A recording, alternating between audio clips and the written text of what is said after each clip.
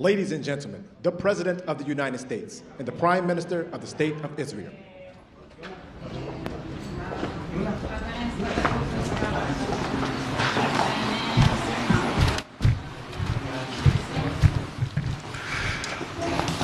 Thank you very much.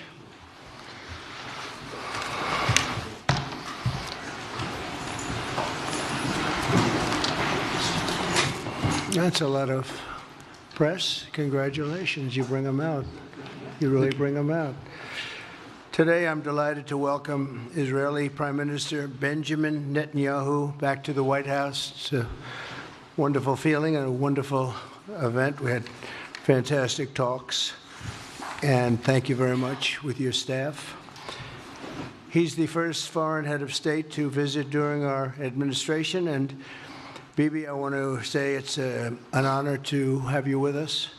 Over the past 4 years, the U.S. and the Israeli alliance has been tested more than any time in history. But the bonds of friendship and affection between the American and Israeli people have endured for generations, and they are absolutely unbreakable. They are unbreakable. I'm confident that under our leadership, the cherished alliance between our two countries will soon be stronger than ever. We had a great relationship. We had great victories together 4 years ago. Not so many victories over the past 4 years, however.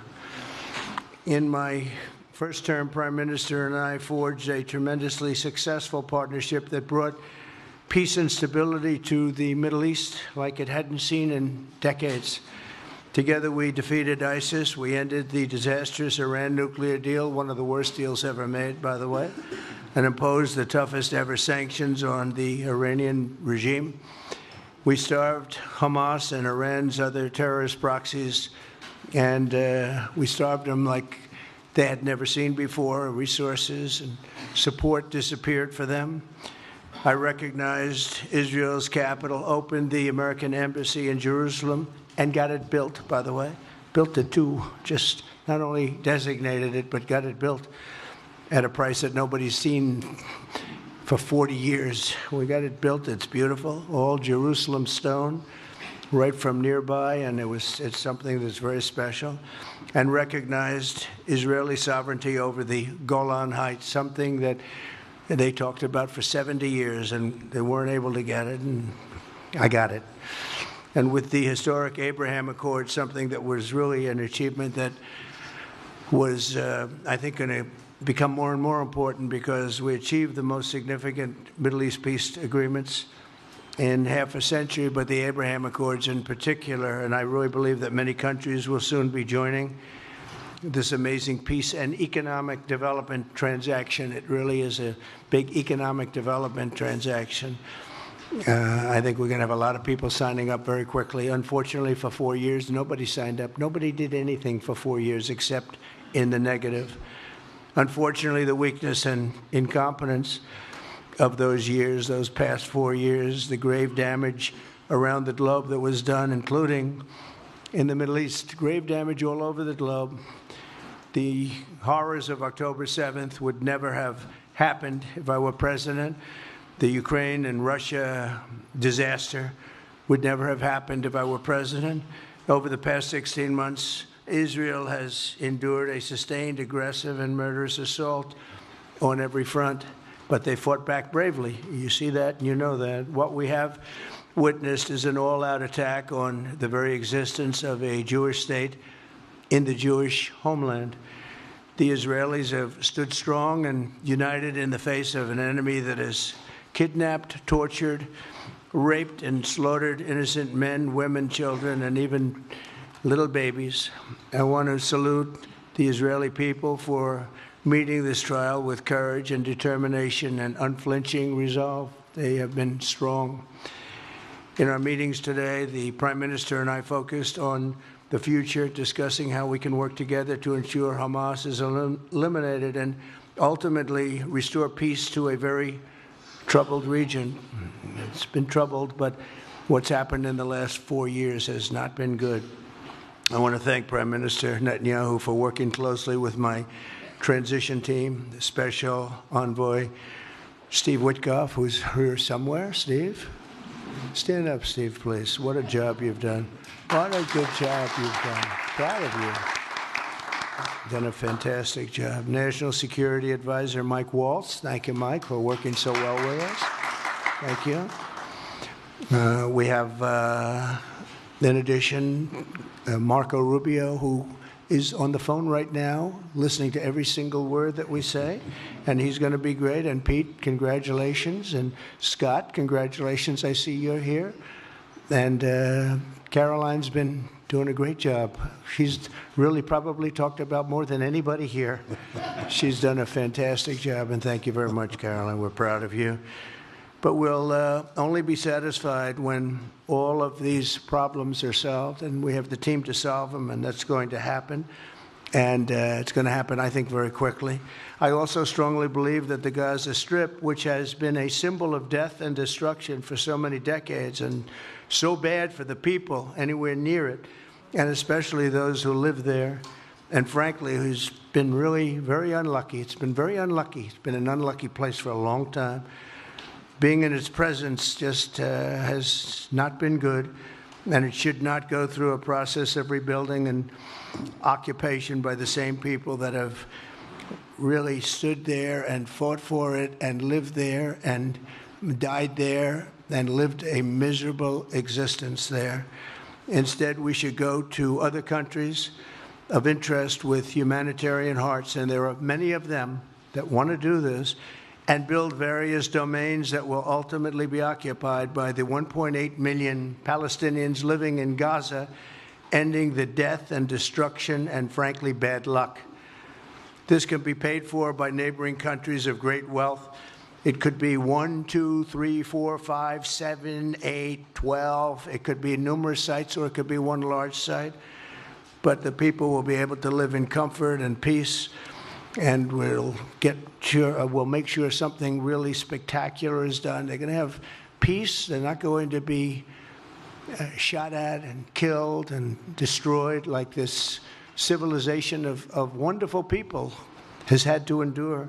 The only reason the Palestinians want to go back to Gaza is they have no alternative. It's right now a demolition site. This is just a demolition site. Virtually every building is down. They're living under fallen concrete that's very dangerous and very precarious. They instead can occupy all of a beautiful area with homes and safety, and they can live out their lives in peace and harmony instead of having to go back and do it again. The U.S. will take over the Gaza Strip, and we will do a job with it, too. We'll own it and be responsible for dismantling all of the dangerous unexploded bombs and other weapons on the site, level the site and get rid of the destroyed buildings, level it out, create an economic development that will supply unlimited numbers of jobs and housing for the people of the area. Do a real job, do something different. Just can't go back. If you go back, it's going to end up the same way it has for 100 years. I'm hopeful that this ceasefire could be the beginning of a larger and more enduring peace that will end the bloodshed and killing once and for all. With the same goal in mind, my administration has been moving quickly to restore trust in the alliance and rebuild American strength throughout the region. And we've really done that. We're a respected nation again. A lot's happened in the last couple of weeks. We are actually a very respected nation again. I ended the last administration's de facto arms embargo on over $1 billion in military assistance for Israel. And I'm also pleased to announce that this afternoon the United States withdrew from the anti-Semitic UN Human Rights Council and ended all of the support for the UN Relief and Works Agency, which funneled money to Hamas and which was very disloyal to humanity. Today, I also took action to restore a maximum pressure policy on the Iranian regime, and we will once again enforce the most aggressive possible sanctions, drive Iranian oil exports to zero, and diminish the regime's capacity to fund terror throughout the region and throughout the world. We had no threat when I left office. Iran was not able to sell oil. Nobody was buying oil because I said, don't buy it. If you buy it, you're not doing any business with the United States. And Hamas was not being funded. Hezbollah was not being funded. Nobody was being funded. There would never have been an October 7th. 2 weeks ago, I once again designated the Houthis as a terrorist organization. They're trying to destroy world shipping lanes, and that's not going to happen. And over the weekend, I ordered airstrikes against senior ISIS leaders hiding in the caves of Somalia and took them out. Here in America, we've begun the process of deporting foreign terrorists, jihadists, and Hamas sympathizers from our soil, just as we have people that are extremely evil, and we're sending them out of our country. They came from jails. They came from mental institutions and insane asylums, and they were dumped into our country. They're gang members. We're getting them out at numbers that nobody can actually believe. And every single country is taking those people back. They said they would never take them back, and they're all taking them back, and they're taking them back very gladly. And I recently signed an executive order combating the vile wave of anti-Semitism that we've seen in the aftermath of the October 7th attacks. Together, America and Israel will renew the optimism that shined so brightly just 4 years ago. It was really a bright, beautiful light. We will restore calm and stability to the region and expand prosperity, opportunity, and hope to our nations and for all people of the Middle East, including the Arab and Muslim nations. Very important. We want the Arab and Muslim nations to have peace and have tranquility and have great lives. I'd like to now invite Prime Minister Netanyahu to say a few words, and we'll take some questions afterwards. Thank you very much. Thank you, Mr. President. I'm honored that you invited me to be the first foreign leader to visit the White House in your second term. This is a testament to your friendship and support for the Jewish state and the Jewish people. I've said this before, I'll say it again. You are the greatest friend Israel has ever had in the White House.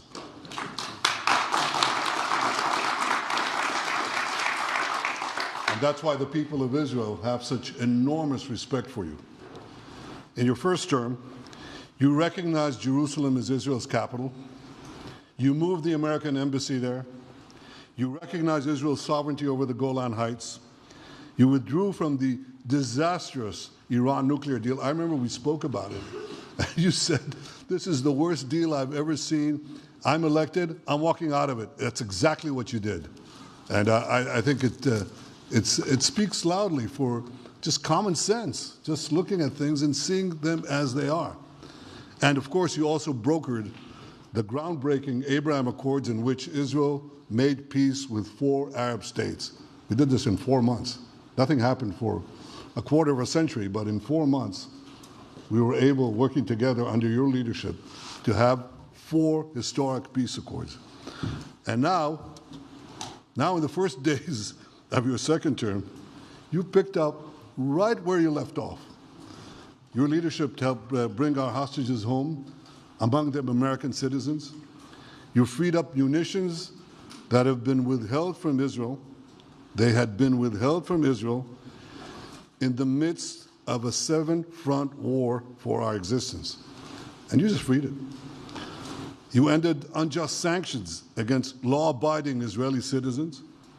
You boldly confronted the scourge of anti-Semitism.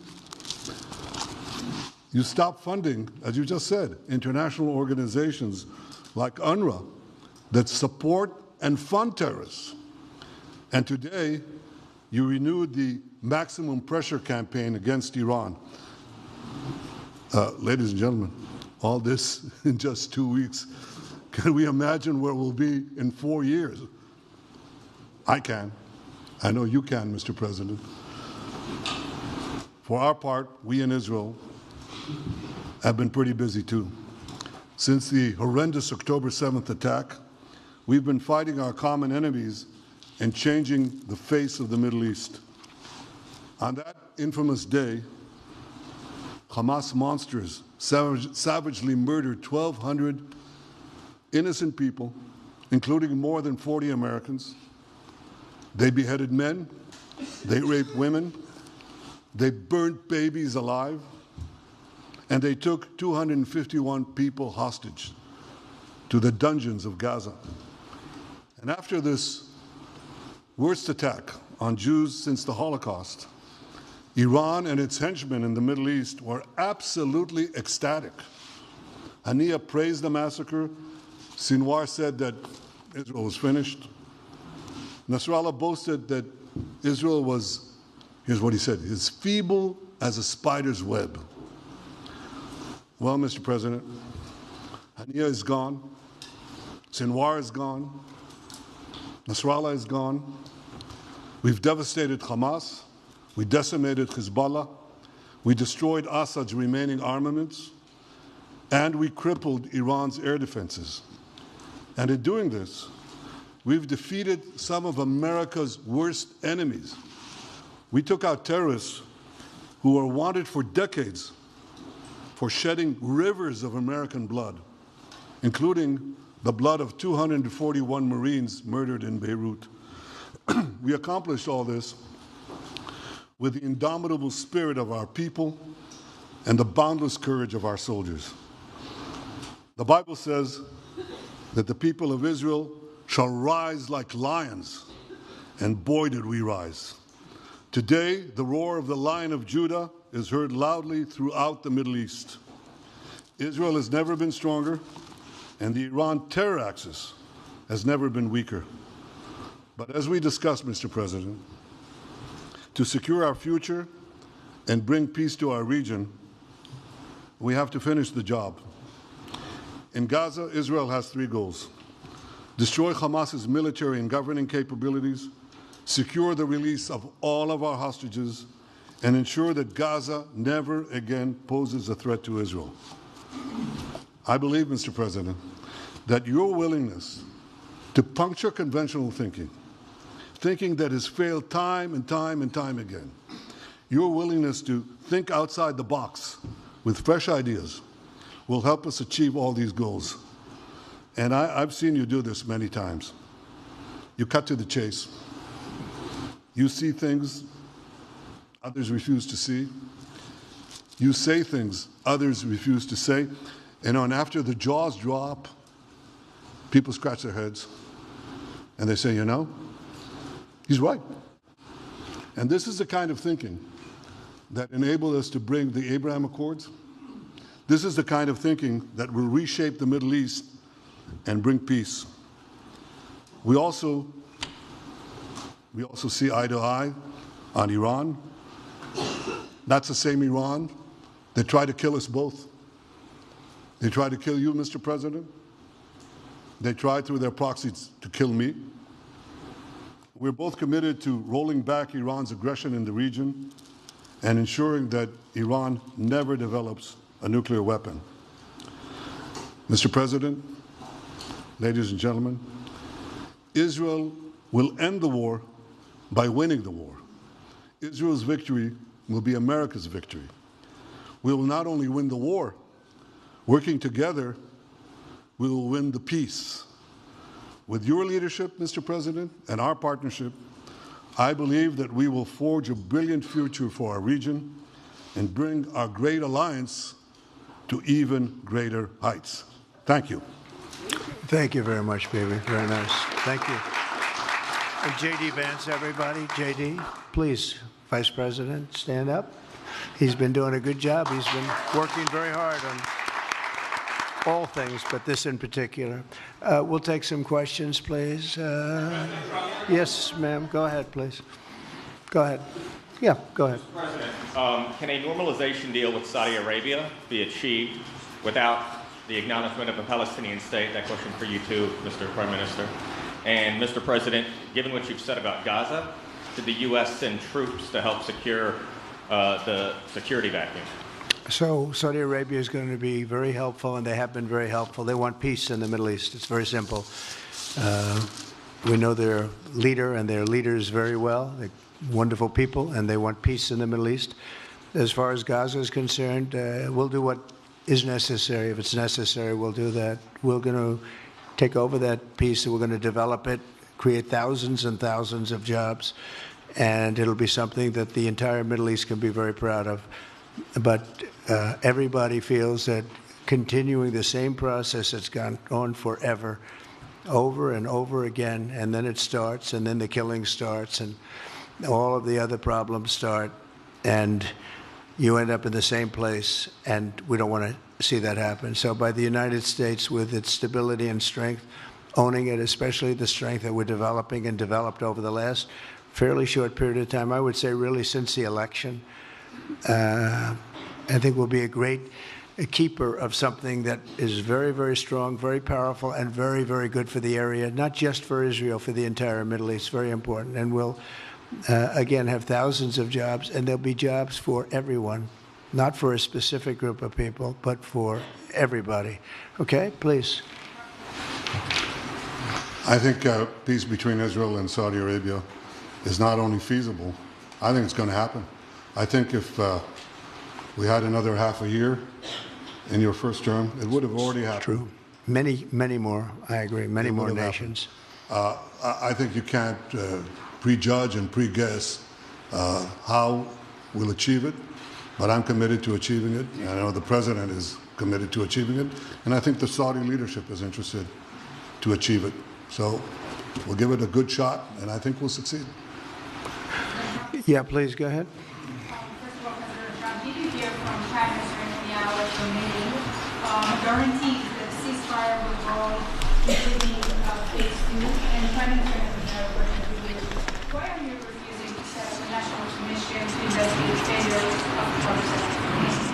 Well, I can't tell you whether or not the ceasefire will hold. We've done, I think, a very masterful job. And we weren't helped very much by the Biden administration, I can tell you that. But we've gotten quite a few hostages out. We're going to get more out. But we're dealing with very complex people. And we are going to see whether or not it holds. We certainly want to have more come out. They've come out damaged in many ways, very damaged people. But they're going to get better, and they're going to be strong, and they're going to have a good life. And we hope to get as many as possible out. Whether or not it holds, I don't know. We hope it holds. We hope it holds. I think that at the appropriate time, which I think will enable us to really investigate what happens, what were the causes of the failures, by an independent commission that will be accepted by the majority of the people. We don't want it accepted by one half of the people and not the other. I think we should have it, and we should find out exactly what happened. I'm insisting on it. And believe me, it'll surprise a lot of people when it happens. Kelly, go ahead. You are outlining something that is really quite striking tonight. You are talking about... Thank you, Mr. President, Mr. Prime Minister. You are talking tonight about the United States taking over a sovereign territory. What authority would allow you to do that? Are you talking about a permanent occupation there, redevelopment? And Mr. Prime Minister, do you see this idea as a way to expand the boundaries of Israel and to have a longer peace, even though the Israeli people know how important that land is to you and your citizens, just as the space is inherited by the Palestinians as well? I do see a long-term ownership position, and I see it bringing great stability to that part of the Middle East and maybe the entire Middle East. And everybody I've spoken to, this was not a decision made lightly. Everybody I've spoken to loves the idea of the United States owning that piece of land, developing and creating thousands of jobs with something that will be magnificent in a really magnificent area that nobody would know. Nobody can look because all they see is death and destruction and rubble and demolished buildings falling all over. It's just a terrible sight. I've studied it. I've studied this very closely over a lot of months, and I've seen it from every different angle. And it's a very, very dangerous place to be, and it's only going to get worse. And I think this is an idea that's gotten tremendous, and I'm talking about from the highest level of leadership, gotten tremendous praise. And if the United States can help to bring stability and peace in the Middle East, we'll do that. Bibi? I mentioned again tonight our three goals. And the third goal is to make sure that Gaza never poses a threat to Israel again. President Trump is taking it to a much higher level. He sees a different future for that piece of land that has been the focus of so much terrorism, so many attacks against us, so many trials and so many tribulations. He has a different idea. And I think it's worth paying attention to this. We're talking about it. He's exploring it with his people, with his staff. I think it's something that could change history. And it's worthwhile really pursuing this avenue. Yeah, please, go ahead. Go ahead. Right. President, I have a question for you. Can you hear me? Yeah. So before rebuilding Gaza again, obviously we'll take out all the hostages, and one of them is Don Alexander, an American soldier who is alive. How will you be assured that you will take out all the hostages and then rebuild? We're working very hard to get all the hostages. The word is all, and we are working very hard. So far, it's been moving along fairly rapidly, pretty much on schedule. I'd love to have them all out at one time, but we're taking them out, and tomorrow more are being released, and over the days more, and then we'll go into a phase 2. But we'd like to get all of the hostages, and if we don't, it will just make us somewhat more violent. I will tell you that, because they would have broken their word. Mr. Witkoff and his entire group have been working 24 hours around the clock, and they want them out, and promises have been made to them, and we'll see whether or not those promises will be kept. But we want all the hostages, that's right. How much time do you think it will take? Do you support Israeli sovereignty in Judea and Samaria, areas which many believe is the biblical homeland of the Jewish people? Well, we're discussing that with many of your representatives. You're represented very well, and people do like the idea, but we haven't taken a position on it yet. But we will be we'll be making an announcement probably on that very specific topic over the next 4 weeks. Go ahead, please. Please. Thank you so much, Mr. President. You just said that you think all the Palestinians should be relocated to other countries. Does that mean that you do not support a two-state solution? It doesn't mean anything about a two-state or one state or any other state. It means that we want to have, we want to give people a chance at life. They have never had a chance at life because the Gaza Strip has been a hellhole for people living there. It's been horrible. Hamas has made it so bad, so dangerous, so unfair to people. And by doing what I'm recommending that we do, it's a very strong recommendation, but it is a strong recommendation. By doing that, we think we're going to bring perhaps great peace to long beyond this area. And I have to stress, this is not for Israel. This is for everybody in the Middle East, Arabs, Muslims. This is for everybody. This would be where they can partake in terms of jobs and living and all of the other benefits. And I think it's very important. It just doesn't work the other way. You know, you can't keep trying. They just has been going along for so many decades, you can't even count. You just can't keep doing. You have to learn from history. You can't keep doing the same mistake over and over again. Gaza is a hellhole right now. It was before the bombing started, frankly. And we're going to give people a chance to live in a beautiful community that's safe and secure. And I think you're going to see a tremendous outflowing of support. I can tell you, I spoke to other leaders of countries in the Middle East, and they love the idea. They say it would really bring stability, and what we need is stability. Yes, sir, please. Go ahead. Thank you. Are you still committed to imposing sanctions on the ICC, despite the move being stalled in the Senate? And please, a question for the Prime Minister as well. The President has been very clear about his desire to achieve a deal with Saudi Arabia. How do you settle this if Israel is required to renew the war against Hamas in the future? Go ahead, Bibi. I think everybody understands that just as the President fought and defeated al-Qaeda and ISIS, that we can't leave Hamas there because Hamas will continue the battle to destroy Israel. They'll do, you know, when in this temporary ceasefire, one of their leaders comes out, you know what he says? We're going to do October 7th again, except we'll do it bigger. So obviously, you can't talk about peace neither with Hamas or in the Middle East if this, toxic, murderous organization is left standing. Any more that you could make peace in Europe after World War II if the Nazi regime was left standing and the Nazi army was left standing. You want a different future? You got to knock out the people who want to destroy you and destroy peace. That's what we're going to do. I think that will also usher in, actually, the peace with Saudi Arabia and with others. And I think there will be others, too. Yes, ma'am. Go ahead. My name is Israeli Afghan woman as a high expectation from you.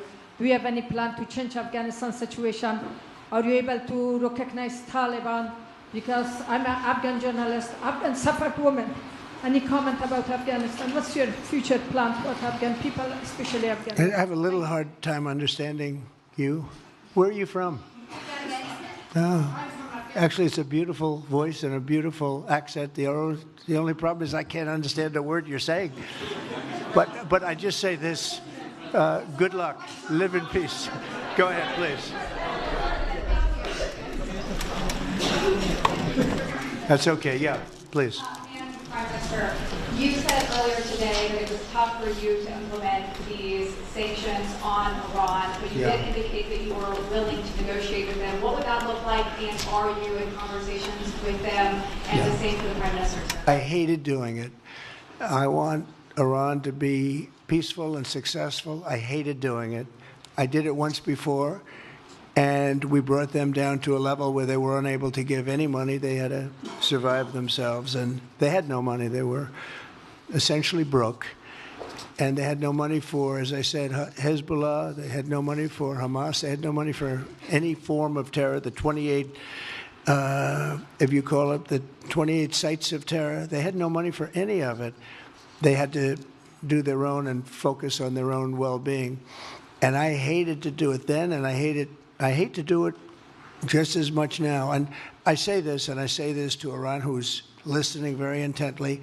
I would love to be able to make a great deal, a deal where you can get on with your lives and you'll do wonderfully. You'll do wonderfully. Incredible people, industrious, beautiful, just an unbelievable group of people in Iran. And I know them well, have many friends from Iran and many friends that are Americans from Iran, and they're very proud of Iran. But I hated to do it, just so you understand. And I hope we're going to be able to do something so that it doesn't end up in a very catastrophic situation. I don't want to see that happen. I really want to see peace, and I hope that we're able to do that. They cannot have a nuclear weapon. It's very simple. I'm not putting restrictions. They cannot have one thing. They cannot have a nuclear weapon. And if I think that they will have a nuclear weapon, despite what I just said, I think that's going to be very unfortunate for them. If, on the other hand, they can convince us that they won't, and I hope they can. It's very easy to do. It's actually very easy to do. I think they're going to have an unbelievable future. Yeah, please, sir, go ahead. Thank you, Mr. President. You just laid out your plan for Gaza. Yes. Can you lay out your plan for Ukraine and also... For Ukraine? For Ukraine, yes. You consider yourself a strong leader. You blamed your predecessor for letting Russia to take over Ukraine. Will you demand from Putin to get out of Ukraine, from sovereign territory of Ukraine? So we're dealing right now in the subject. I don't want to spend a lot of time because we're here for another reason, but we are having very good talks, very constructive talks on Ukraine.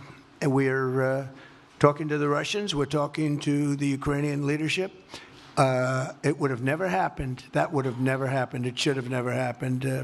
I get reports every week, the number of soldiers, mostly soldiers now. The cities have been largely demolished. You talk about a very sad sight to see. We talk Gaza. Well, many of these cities look as bad as Gaza and worse, what's happened to them. And I want to see that end. And I want to see it end for one simple reason, the life of young people being absolutely obliterated on both sides. You probably have 700,000 Ukrainian soldiers dead, 800,000, maybe more Russian soldiers dead. It's very flat land, and the only thing that's going to stop a bullet is a human body. In this case, usually soldiers. And the numbers are staggering when you hear the real numbers in Ukraine, what the numbers are. And this doesn't include the cities that have been demolished and all of the people that were killed. So I want to see it stopped. We're having very good talks, and I think we're going to get it. I think something will be hopefully dramatically, it will rise above everything. You can't let this continue. This is an absolute slaughter that's taking place on the beautiful farmlands of Ukraine, and we have to stop it. We can't let this continue. It is a human tragedy, and we're going to try very hard to stop it. Yeah, please, go ahead, sir. Go ahead. Mr. President, thank you very much. Okay. Mr. President, what's your view about Palestinian leader Abbas' role in all the regional changes you want to do?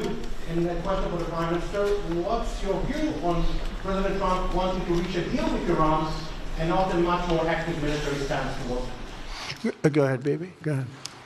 I think the President just said something that I think is the pivot of everything that we're talking about. He said Iran cannot have a nuclear weapon. And we fully agree with that. If this goal can be achieved by a maximum pressure campaign, so be it. But I think the most important thing is to focus on the goal, which the President just did, and I fully agree with him. Well, I said it, and he said it very well. It's a campaign of pressure to see if we can get something done.